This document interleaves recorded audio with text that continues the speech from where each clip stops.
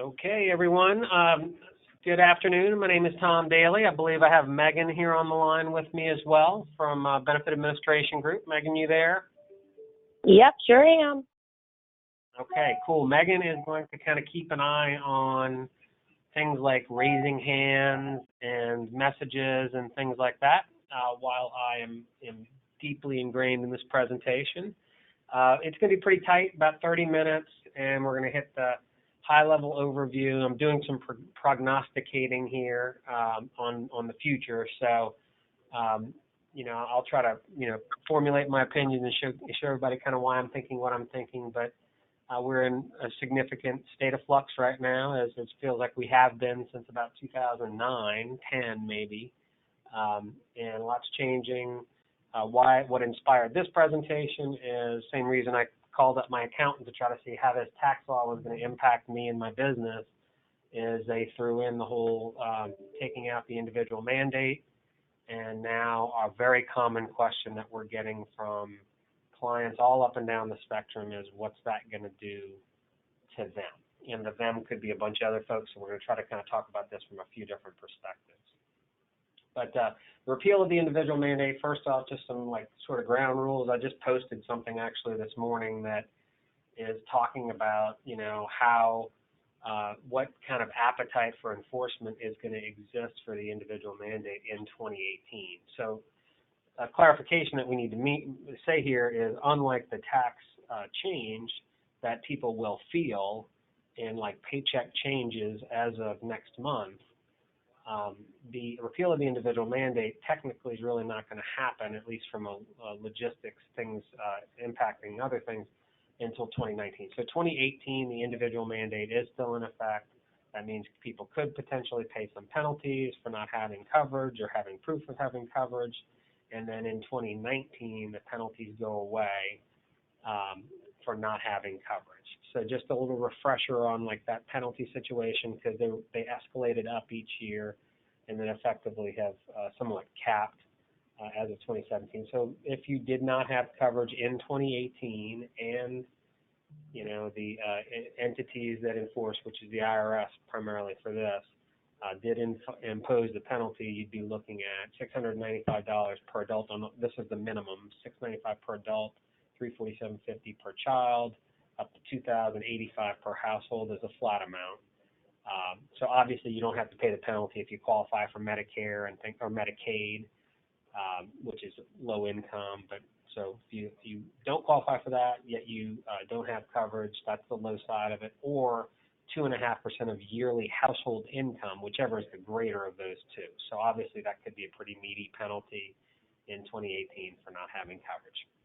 Hopefully this isn't new information to anybody, but we get calls and work with individuals, small employers, and large employers. And individuals obviously are individuals. Small employers we define as employers that have fewer than 50 employees, 50 full-time equivalents to be specific. Which is not actually a real employee per se. It's an accounting of employees where you count full-time people as an employee, and part-time people you add in all their hours and divide by 120 to get to an equivalent. So 50 FTEs or fewer is small employers, or fewer than 50, excuse me, and then larger than 50 is large employers. So that's what we mean by that.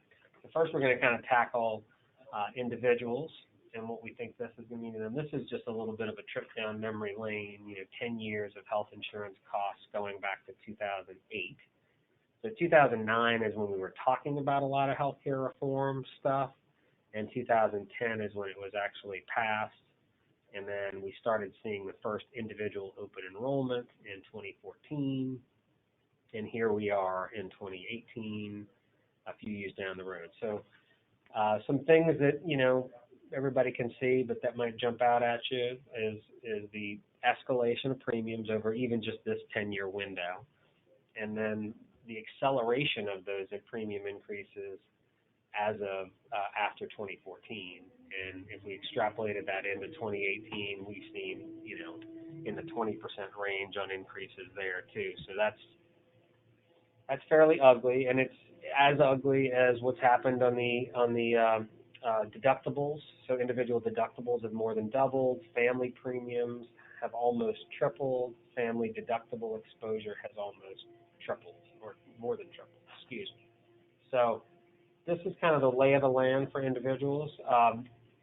The marketplace, the individual marketplace pricing is set, based on actuarial assumptions and calculations and things like this. If you guys remember, last year, in advance of the release of the 2018 pricing, there was a big discussion, primarily because Trump said that he was going to make the cost-sharing reductions go away, which is a way of subsidizing a portion of the deductible or coinsurance for folks that are lower income, below 250% of the poverty line. So the way it works is you qualify for individual subsidies at 138% of the poverty line.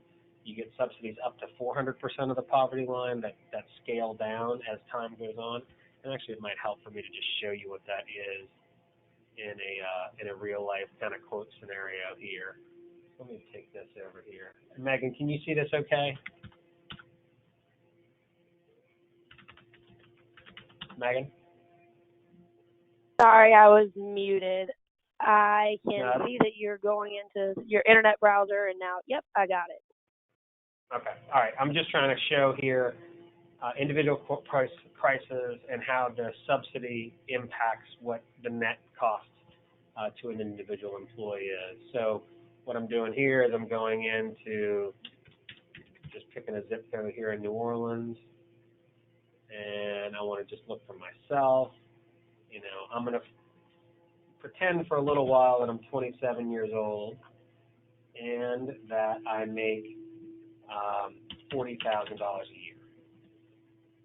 So what I want to show you here is that qualifies me for $16 in monthly household savings, so a $16 a month subsidy on my plan. So I need a qualifying event to get the individual plan, so I'm going to just say I lost coverage and I want to see my plan.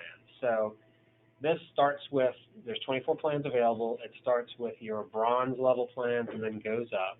So I'm going to just filter out and look at just silver level plans because that's the way they set the cost sharing subsidy. So if you remember this number here, $319 is my net cost for me to have insurance as a 27-year-old making $40,000 a year. And with a $16 subsidy, my actual premium is $335. If I am, instead of 27, I'm 47, which I actually am, then my subsidy goes up to $181. My premium actually goes up to $500, but my net premium less the subsidy is still $319. To further kind of demonstrate the point here, if I was 67 years old, $641 is what my premium would be for that, my subsidy for this.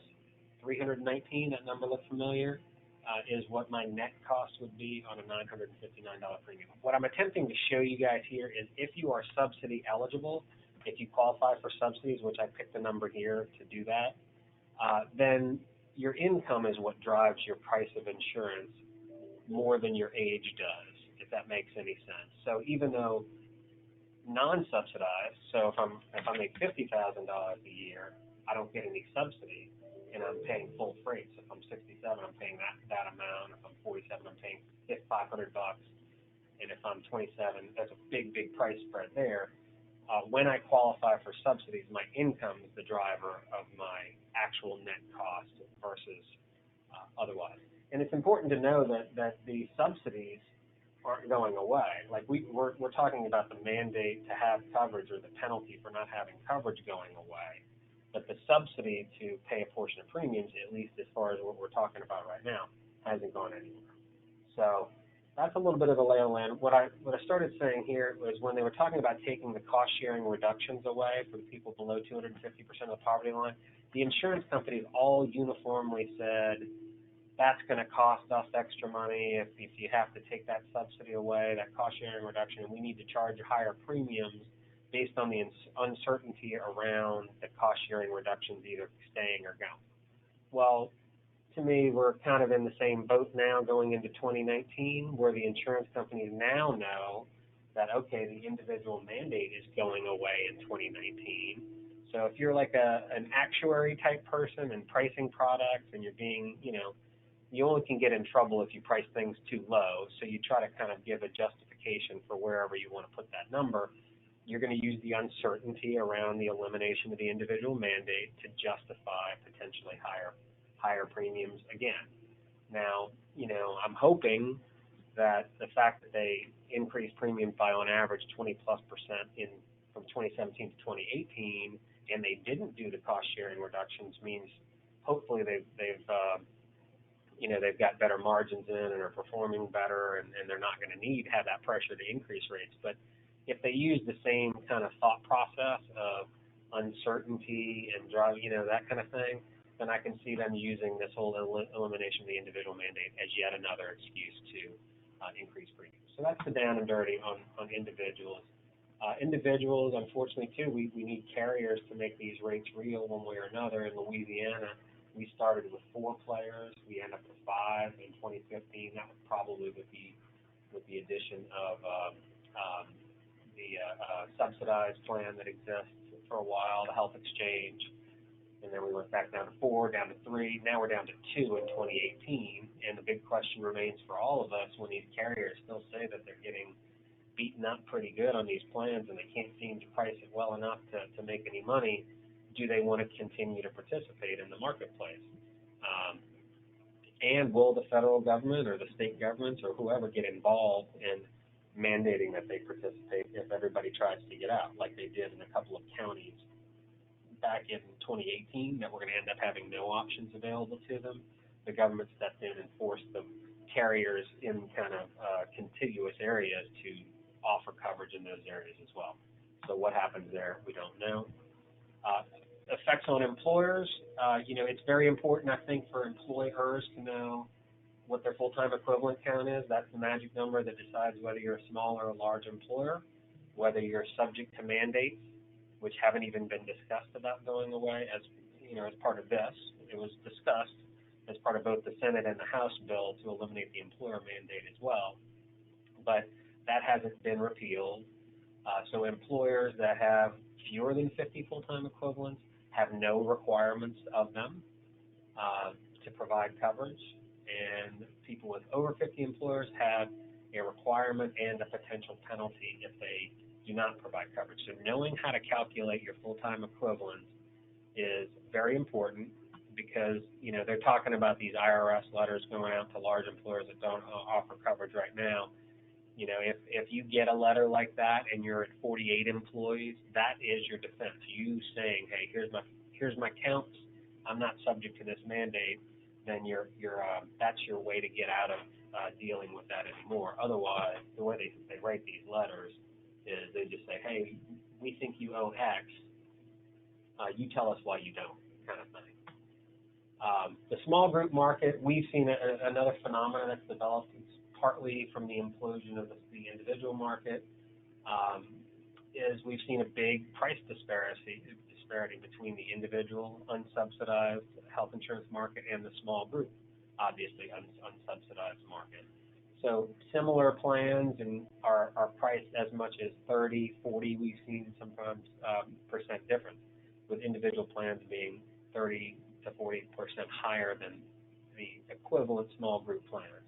And in this example here, we just used a pretty common middle-of-the-road Blue Cross individual plan and compared it to that same middle-of-the-road Blue Cross plan. So whereas small employers might not be motivated or mandated to do anything, they have employees that are going to be non-subsidized employees that make too much income to qualify for subsidies, that are going to be feeling the pain of this and probably coming to their employer or whoever else will talk to them about it, looking for some relief. And so small employers, just like they always historically have, usually come to the group insurance market by way of a key employee dragging them to it. That's only kind of a partial joke there, but that's pretty true. We're seeing a lot of that happen again, where individuals that have individual plans are feeling the pinch. They're going to their small employer and they're saying, hey, is there anything you can do to help? And this is a way a small employer can help, is by accessing better pricing and obviously contributing to the cost of the insurance. The large group market is the least amount of change to this market as the others. You know, from my perspective, the employer mandate, you know, had very, you know, potentially had limited effects on the small group market. You know, in some of your higher turnover type employers, it was more pronounced. But, you know, large employers, 98+% are offering group insurance coverage of some kind already, have historically, and have no intention of stopping it. They've figured out the whole, you know, advantage of a benefit dollar, and they've leveraged their purchasing power to help access and buy products that are better than their employees can provide, and that's just become a big part of things. It's a huge tax break to employers and their employees, but there is rules around it now. So even though they're saying, hey, I always did this anyway, I'm going to continue to do this, there's now reporting requirements that are around this as well. And now there's governmental entities that are enforcing those reporting requirements. So this is a little snippet of this letter that we've seen, not with any of our existing clients, but we've seen a lot online. And they're probably a little bit of scare tactics, but, you know, these are letters. I've seen them with, like, the names whited out and stuff like this, where they say, hey, you know, ABC company, we've made a preliminary calculation of your shared responsibility penalty. We propose that you owe X. You know, our records show that this was filed, this didn't match up with this, and, you know, if you don't think you owe X, then prove to us that you don't. And that's going to be when you're going to, you know, really hope that you have your FTE counts potentially done correctly, that you have done your 1095s correctly, you know, potentially 1094s as well on self-funded clients. You got to make sure you have your affordability calculations done correctly. You got to make sure you get waivers on people that have waived coverage. That has never been more important than it is now, because, you know, the penalties are generally going to be triggered. The employer penalties are generally going to be triggered by an employee accessing subsidized coverage on the exchange. And the way that an employer can do that is by, you know, this isn't necessarily malicious on the employer's perspective, but they're sitting down talking to somebody to help them buy an individual plan, and one of the questions they'll ask them are you offered an affordable plan through work? And you might offer the federally defined version of an affordable plan at work, and that person might take that as a subjective question and say, oh yeah, my employer offers me something, but it costs me almost 10% of my earnings. Well, actually, believe it or not, that's considered affordable. You know, 9.6% of pay is considered affordable, but that person being asked a question might say, no, I don't think that's affordable, and then they go through the process and get a subsidy. Well, they get a subsidy, that triggers the IRS to say, oh, wait a minute, where's this employer whose employee is getting a subsidy? Are they above or below? Is there penalties to hand out, et cetera? So an employee just trying to, you know, kind of do the right thing for themselves and their family might trigger one of these penalties. So that's when you got to make sure you say, okay, well, let me pull out that employee's waiver of coverage, because that's my proof that I made an offer of coverage and that they declined that offer, and that will get me out of a potential penalty. So there's a few things to think about in the large group market. There's a few things to comply with for reporting, et cetera, and there's some changes to the way you run your business that I think are going to be important. Like I said, you know, if the individual insurance companies are right that fewer people want to sign up for coverage when they don't have a gun to their head, that might translate into your employee population as well. And if you have the responsibility as an employer to make an offer of coverage, I personally wouldn't let people not respond to that offer of coverage. I would be pretty adamant about everybody, whether they're declining or not, responding to that. So I have the documentation and records for when and if something like this flies across my desk. So that's the gist there. The potential employer penalties are significant. You know, you got to offer to 95% of your full-time employees. The penalty started at $2,000. It's been ratcheted up each year, so it's $2,260 now. There's a per employee penalty of $33.90, I believe, is that one too, if you offer what's considered substandard coverage. So you don't offer an affordable plan, or you don't offer a plan that's affordable to more than 95% of folks, or it's not a minimum value plan. Maybe it's just a minimum essential coverage plan. Those are things that are considered substandard offers. There's a different calculation of penalties there, but either way you slice it, these penalties, are something worthy of at least trying to avoid, and that might be an administrative avoidance or that might be an offer avoidance. So I covered a lot of ground there. I did it in my timeline. I did not slow down for anybody thinking of questions. So, Megan, has anybody either posted anything or raised a hand or anything like that we need to respond to? Nope, we are all clear. I did that good a job with this presentation that everybody is clear. I figured. Well, there's my contact information here. If anybody does have any other follow-up questions, as more and more information starts trickling out, please don't hesitate to reach out and call us. I promise you we will be looking at this information as it comes out as well. So, don't hesitate to reach out if we can help you with anything, and otherwise, have a great day. Thank you very much.